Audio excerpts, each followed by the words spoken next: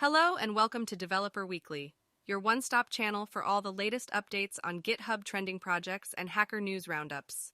I'm excited to bring you the most interesting and relevant news in the world of technology and development. Let's dive into this week's highlights. Microsoft has released a new guidance language called Guidance, which allows users to control large language models, LLMs, more effectively and efficiently than traditional prompting or chaining. The program enables interleaving of generation, prompting, and logical control into a single continuous flow that matches how the LLM processes text. It also supports simple output structures like chain of thought and its many variants to improve LLM performance. Additionally, it offers rich output structure with multiple generations, selections, conditionals, tool use, etc., making it easier for users to integrate Hugging Face models. PrivateGPT is a tool that allows users to interact with their documents privately using the power of GPT. The tool enables users to ask questions without an internet connection, and no data leaves the execution environment at any point. PrivateGPT uses LangChain, GPT-4all, Llama-CP, Chroma, and sentence transformers for its operations. Users can ingest documents and ask questions without an internet connection by setting up their environment and installing all requirements. The script also supports optional command line arguments to modify its behavior. However, it is not production-ready, but meant for testing purposes only. DataTalks.Club is offering a free mlops course called mlops-zoomcamp, which aims to teach practical aspects of productionizing ML services from training and experimenting to model deployment and monitoring.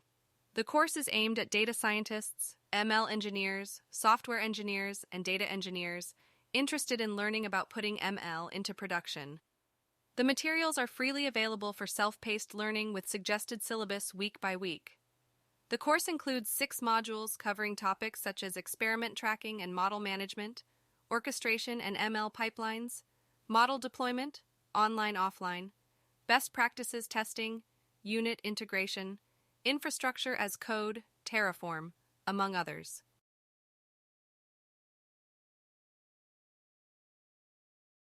DB-GPT is an experimental open-source project that uses localized GPT large models to interact with data and environment. The solution supports local deployment, allowing it to be applied in independent private environments and isolated according to business modules, ensuring the ability of large models is absolutely private, secure, and controllable. It features SQL language capabilities, SQL generation and diagnosis, private domain Q&A and data processing, database knowledge Q&A data processing plugin support, custom plugin execution tasks natively supporting auto-GPT plugins, such as automatic execution of SQL and retrieval of query results. Sniffnet is a free open-source software that allows users to monitor their internet traffic. It features a graphical interface with real-time charts and statistics about network activity, as well as the ability to apply filters and set custom notifications for specific events.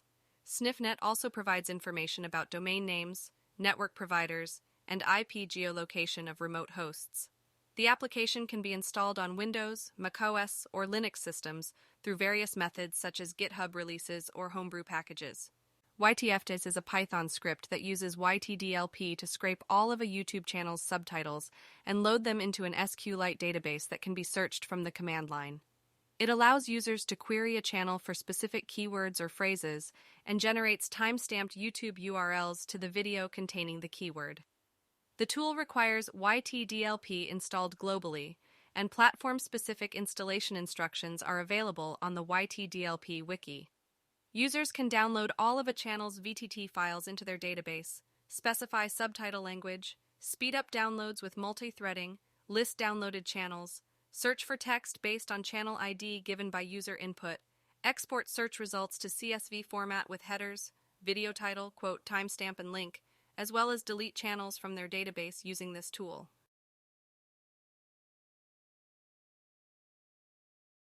Progress is a Linux tool that displays the percentage of copied data for CoreUtil's basic commands, such as cp, mv, and dd. It can also show estimated time and throughput, and provides a top-like mode, monitoring. Progress works on Linux, FreeBSD, and macOS. The tool was formerly known as CoreUtil's Viewer, CV, but has since been renamed. Google has released a multi-day Rust course, Comprehensive Rust, which covers all aspects of the programming language from basic syntax to concurrency. The course was developed by Google's Android team and is used internally when teaching experienced software engineers who have a background in C++ or Java. While it is less useful for self-study, the course can be accessed online and includes deep dives on Android, bare metal, and error handling.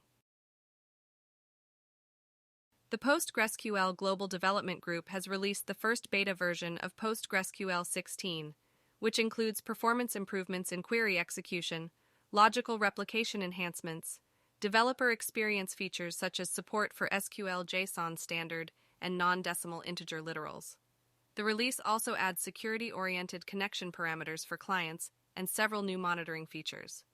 Users are encouraged to test the new features on their systems to help eliminate bugs or other issues that may exist before its general availability later this year. Thank you for joining me on this episode of Developer Weekly. I hope you found the GitHub trending projects and Hacker News roundups insightful and useful. If you enjoyed the content, please give this video a thumbs up, and don't forget to subscribe to our channel for more updates. If you have any questions or suggestions, feel free to leave a comment below. You can also follow us on social media for more news and discussions. This is Dev Weekly. Until next time, happy coding and stay curious.